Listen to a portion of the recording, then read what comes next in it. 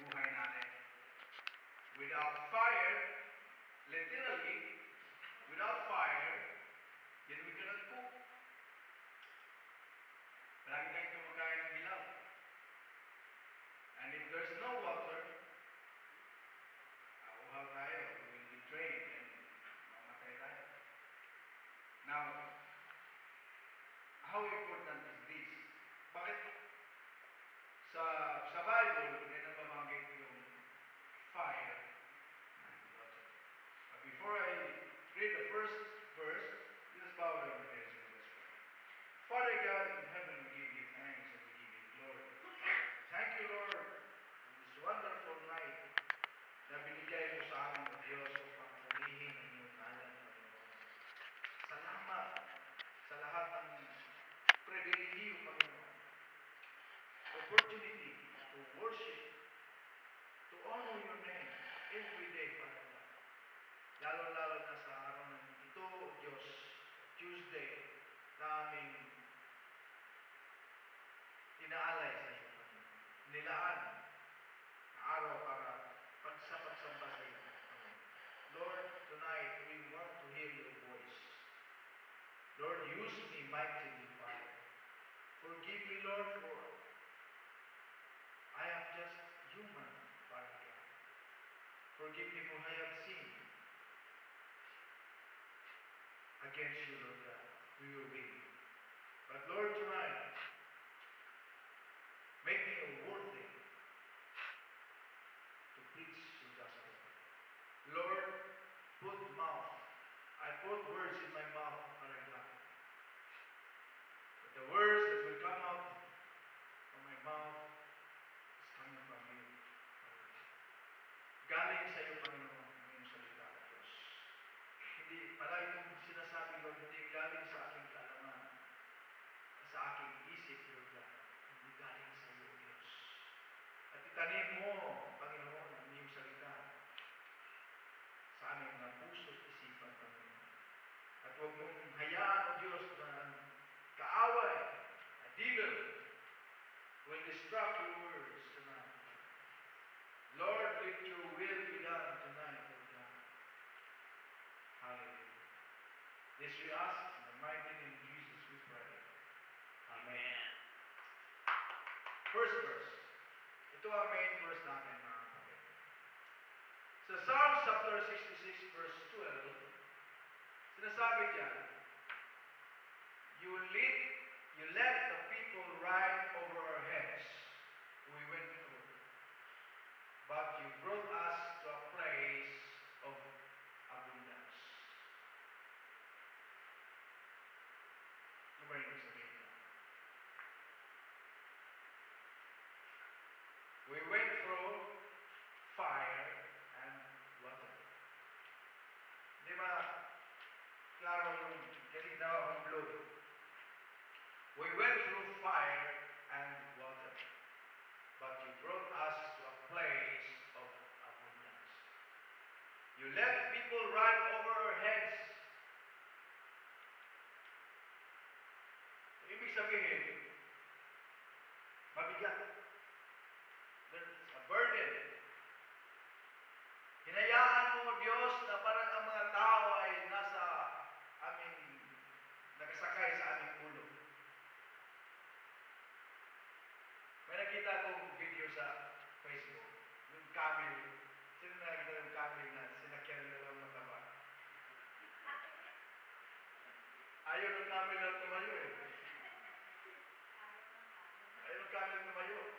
Pero pinilit talaga siya nung nangyari. Tumayo siya. Hindi talaga niya kaya. Sumusog siya. So you let the people ride over our heads. Sabi ng Psalmista David, na as a king or as a leader of an organization, pasan-pasan natin yung mga tao. Pasan-pasan natin yung burdens. Sabi niya, we went through fire and water, but you brought us to a place of abundance. Hallelujah.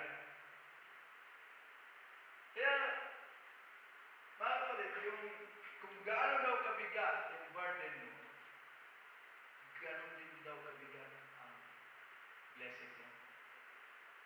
Mga katanggap. Amen ba? Amen. Hallelujah. How heavy are the burdens, and the breakthrough is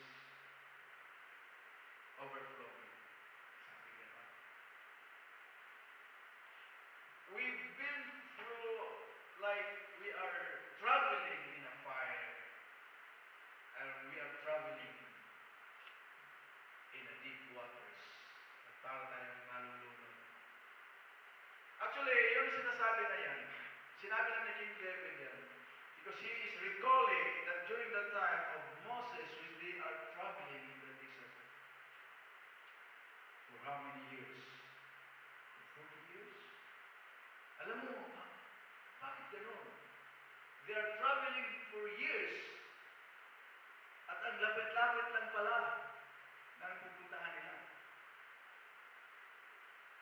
Wala pa kasi yung kumpas, no?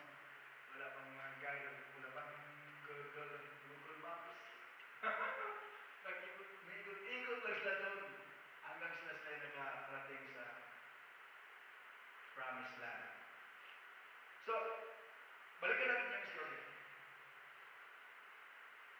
During the time of Moses, the Israelites were slaves. Naging alipin sila doon sa Egypt.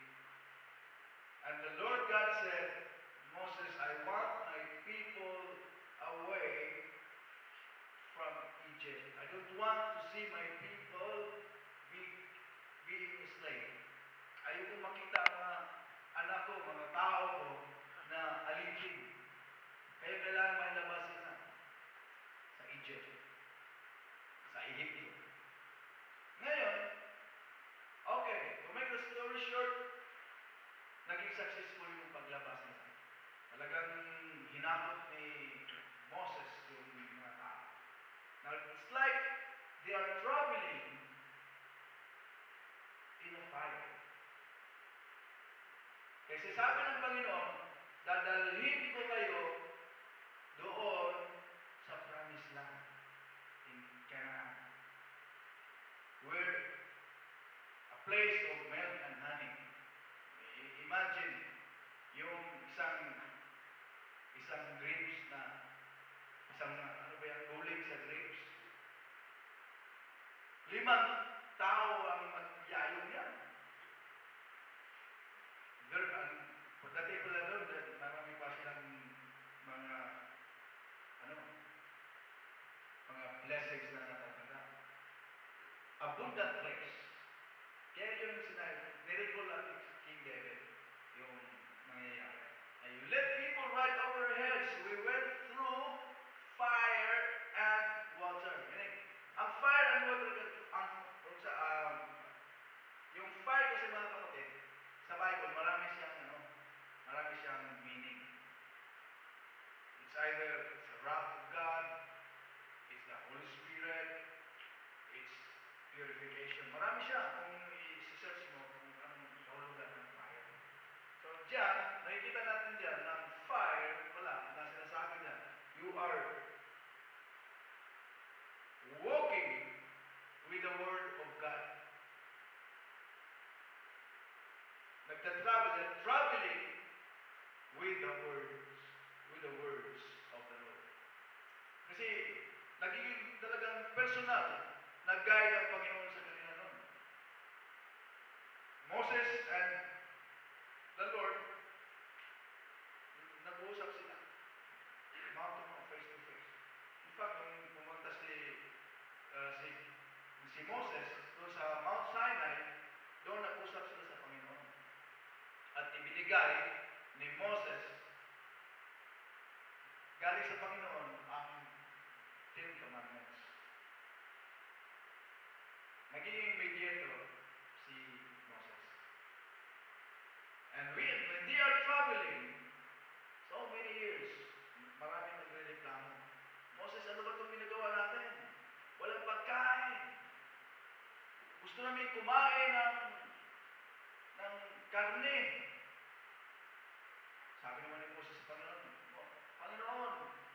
Gusto kumain nila ng karne. Kinabukasan, nagpaulang ng Panginoon ng quail. Ang mga pugo. Inihaw nila. Tinarnig nila. Hindi ako nabiling. Sabi na naman ng mga tao, Lo, anong to Moses? Gusto namin kumain ng tinapay.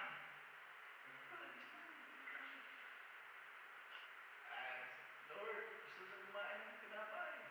Kinabukasan nagpa-ulan naman ng Panginoon ng mana, bread from heaven. Grabe nung personal lang yung paggawa ng Panginoon, pag-guide sa kanila. It's not easy yung pag-travel ng mga kapatid before they reach to the promised land. In fact, even Moses, hindi niya narating yung promised land na nakatingin. Sabi ng Panginoon, because you disobey me, hindi ka makakarating doon. Pero makikita mo. Kasi, nainis na si Moses sa mga tao. Gusto namin uminom ng tubig. Kahit nagalit na si Moses, sabi ng Panginoon, gusto na uminom ng tubig. Puntahan mo yung bato na yan. Tusukin mo ng baston mo. Kaya ang ginawa ni Moses, hindi niya tinusok, tinampas niya. Bumaha. Okay. It's a very simple disobedience, mga kapatid. Nagagalit ng Panginoon. Sabi mo, itusok ko lang yung baston mo. Hindi, iampas. Kaya iampas na. Sabi niya, sabi ng Panginoon, hindi ka makakapunta doon, pero makikita mo. Doon sa mundo. Doon sa naman.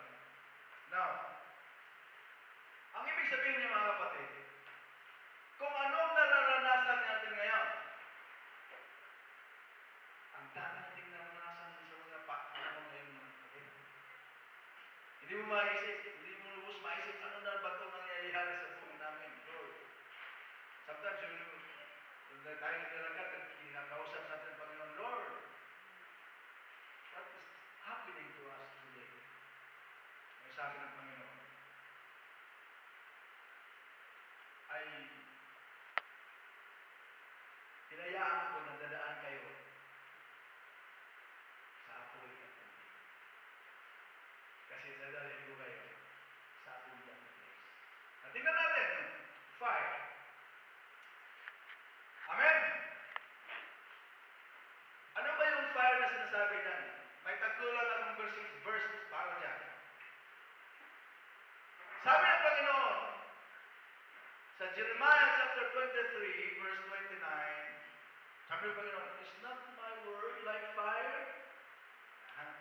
Declares the Lord. And like a hammer, which shatters a rock. Di ba ang salita ko ay parang apoy? Ang salita ko ay parang apoy. At para siyang martilyo na mga kabiyak ng bato. And sometimes when we hear the word of God, it's struck out to our hearts and to our mind. Kaya may pagpapagong nangyayari sa iyo. Sweet. Because the word of God is purification. And the fire is purification. When you went through fire and water, it's like you are purified by God. Pero mo nag-travel sila from Egypt to Canaan, maraming nangyayari sa kanila. And even there are many people died because of disobedience. Kasi pinipurify na dun. Yung nakapunta lang talaga, nakarating lang talaga dun sa promised land, yun lang talagang endure till the end. Yung talagang walang, ano ba yung sa Tagalog, yung talagang masino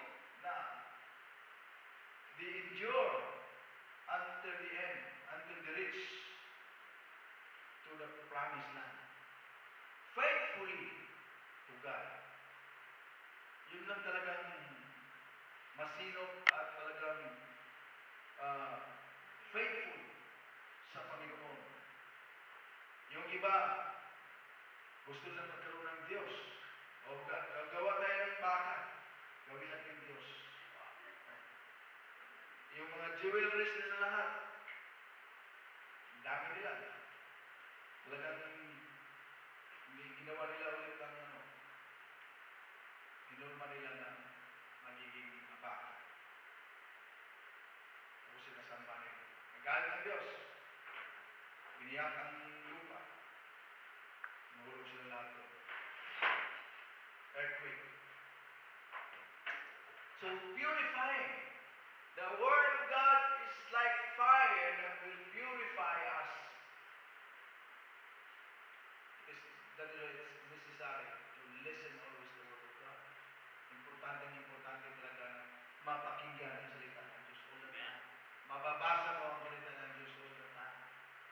Kasi it's like a fire that will purify us. Amen? Palakpakan natin ang Panginoon.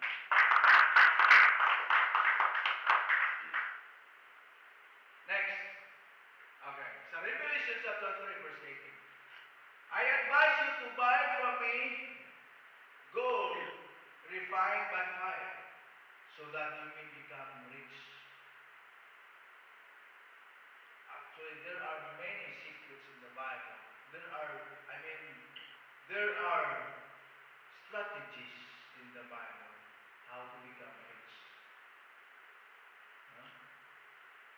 I advise you to buy from me gold refined by fire, so that you may become rich, and white garments, so that you may clothe yourself, and that the shame of your nakedness will not be revealed, and eyes salve to anoint your eyes, so that you may see.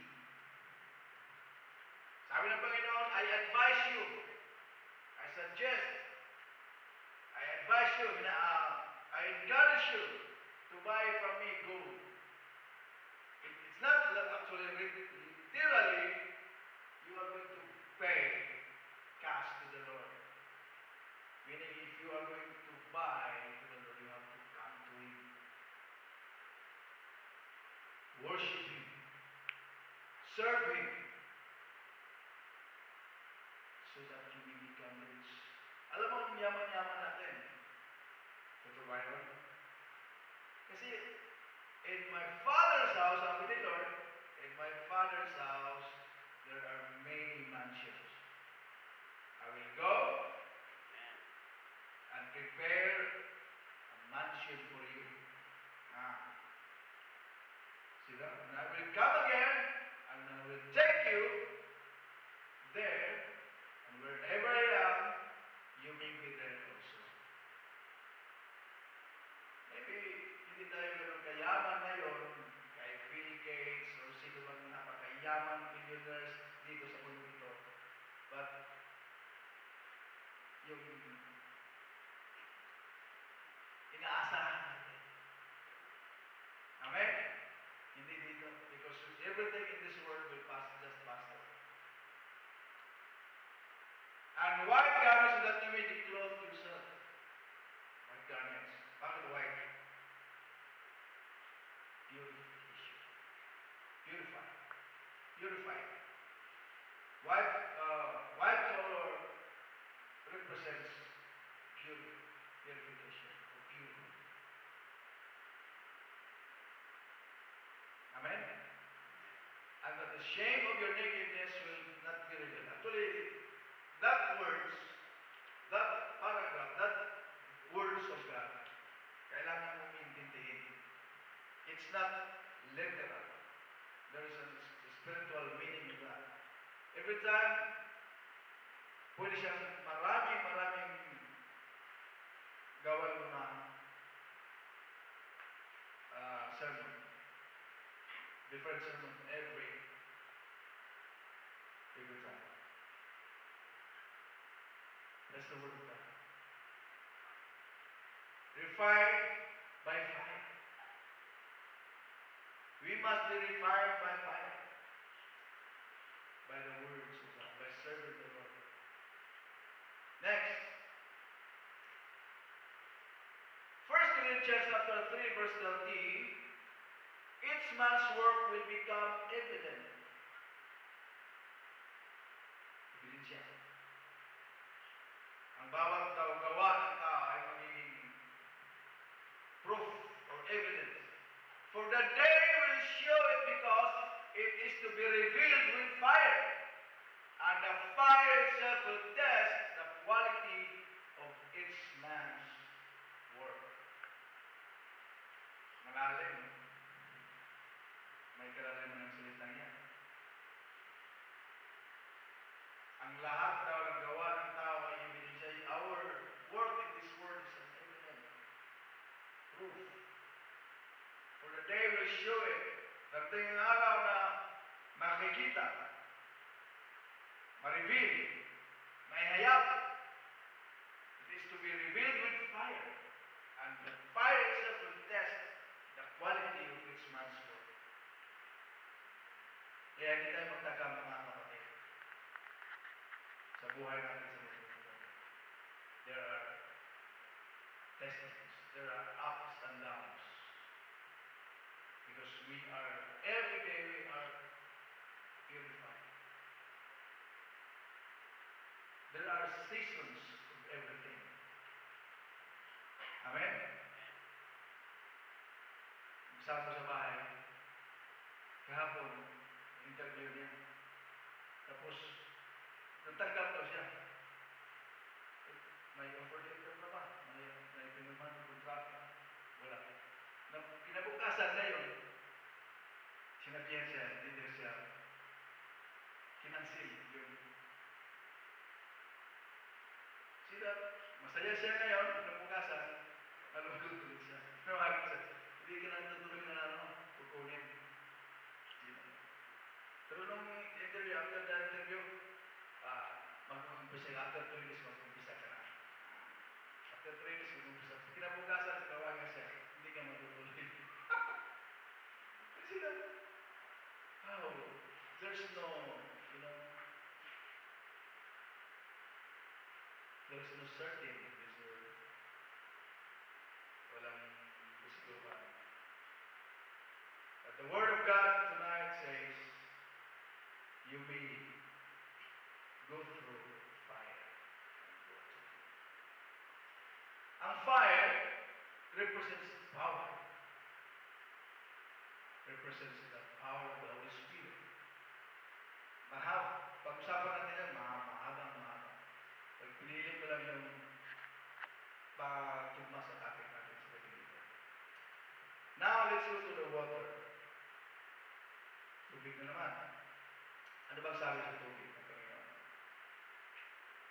Numbers, the book of Numbers, verse 31 to 23. Everything that can stand the fire, you shall pass through the fire.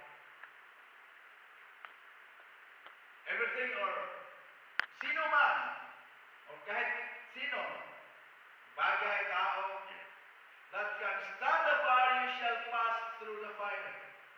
Kung sino yung kaya na dumaan sa apoy, dadaan sa apoy. Pero yung hindi kaya dumaan sa apoy, hindi ayaw, huwag kang dumaan doon.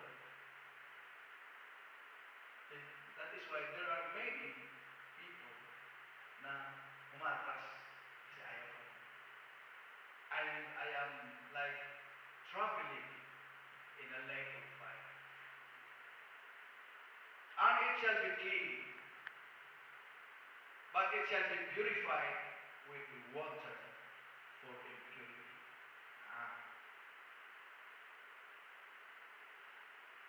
But whatever cannot stand the fire, you shall pass through the water.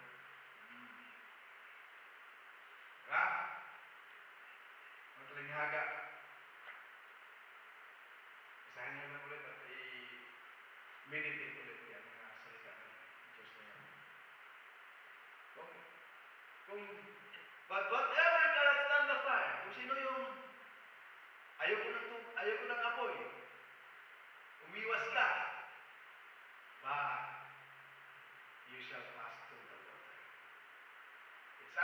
pass the fire or the water? Saan ang mahirap? Dadaan sa apoy or dadaan sa tubig? Pag hindi ka marunong lumangoy, malulunod ka. Pero sigurado, pag dadaan ka sa apoy, mainit talaga yun. Nasusunod ka. Tostado ka.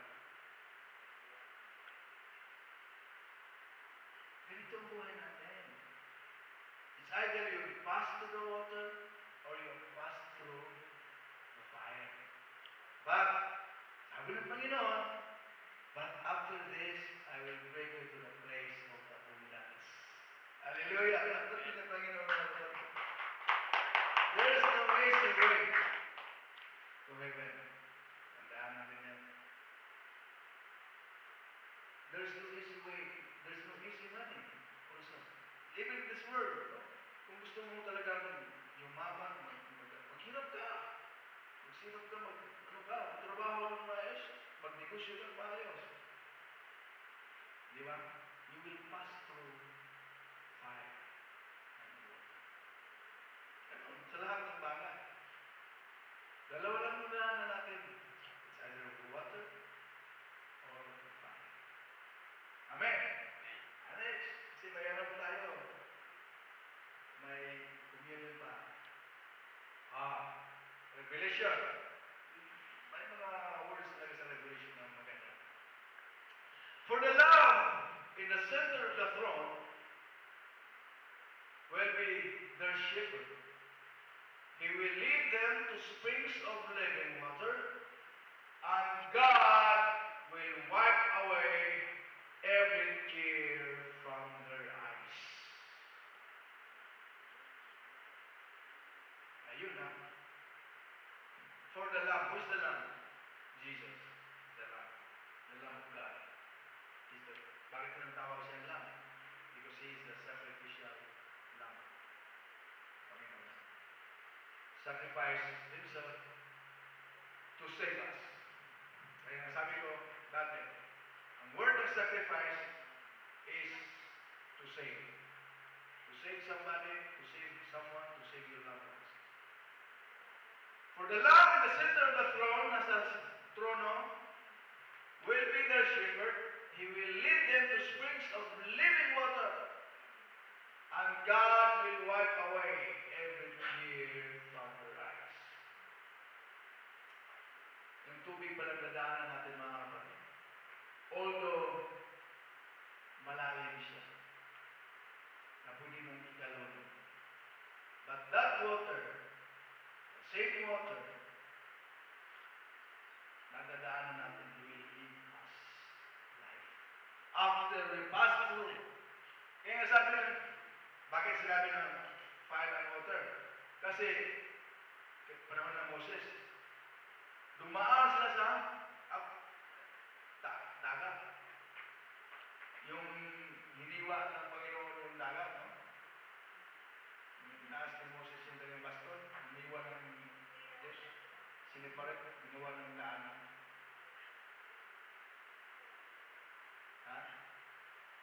Nagkadaan sila noon. Akala nila malulunod na sila. Akala nila aabutan na sila ng mga Egyptians. Kasi nandiyan na, malapit na Egyptian, no? Nasa likod na nila. Malapit na. Kaya, biniyak ng Panginoon ang dagat. Biniyak ng hiniwa. Hinati ng Diyos ang dagat. At sila, ginawa ng kalsada. Nakadaan sila. Kaya sabi ni King David, nung nirecord niya ang nangyayari, we passed, you let the people ride in our heads, parang pinasahan namin ang mga tao, bigat-bigat. Tapos pinadaanan mo kami sa apoy at tubig.